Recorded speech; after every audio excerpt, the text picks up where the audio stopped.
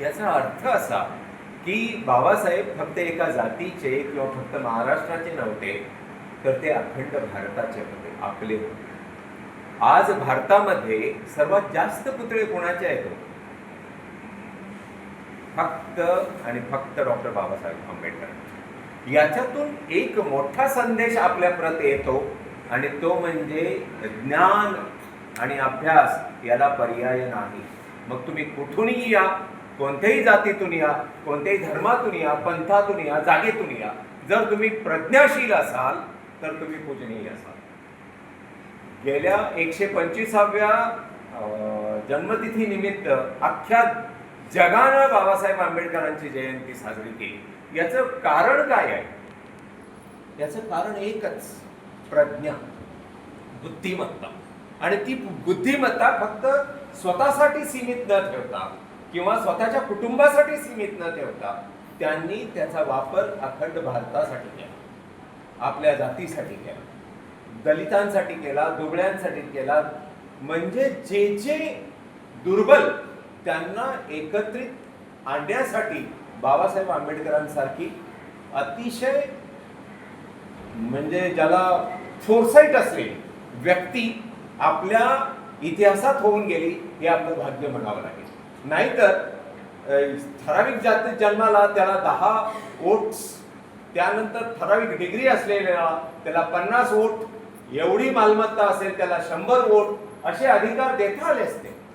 पण पुरुषालाही एकच, गरीबालाही एकच, श्रीमंतालाही एकच आणि स्त्रीलाही एकच वोट. हा अधिकार आपण विचारच करत नाही. कारण का?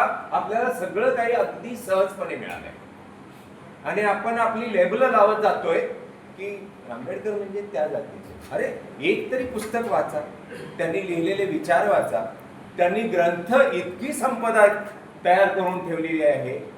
जसं देसरे सर म्हणाले की संविधान आपण अजूनही वाचलेलं, पूर्ण वाचलेलं नाही, तर ते वाचा.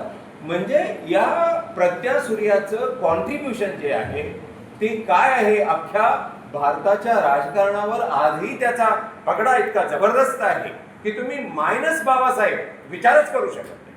भारतीय समाज व्यवस्था मायनस बाबासाहेब विचारच होऊ शकत नाही.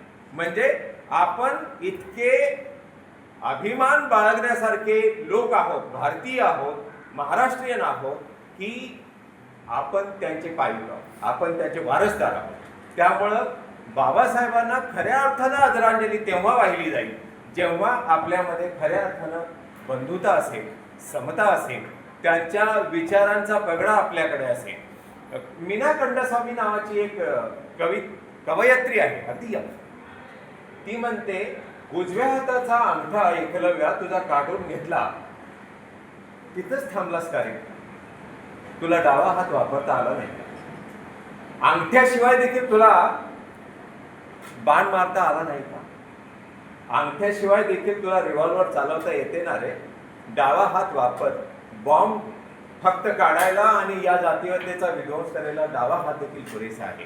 हा विचार फक्त बाबासाहेबांकडूनच आलेला असणार आहे. इथं तिला कोणी शिकवायला गेलं नव्हतं. बाबासाहेबांची विचारसरणी ही प्रत्येकाच्या मनामनात आहे. तो जो एक उद्वेग आहे, आपल्यावर कुणीतरी अन्याय केलेला आहे, आपण देखील कुठेतरी रसातळाला होतो, आपणही पिचलेले होतो, गांजलेले होतो. आपल्याला भरारीची जी ताकद येते ती फक्त या ज्ञानसूर्यामुळे. मला जास्त बोलता येत नाही, तर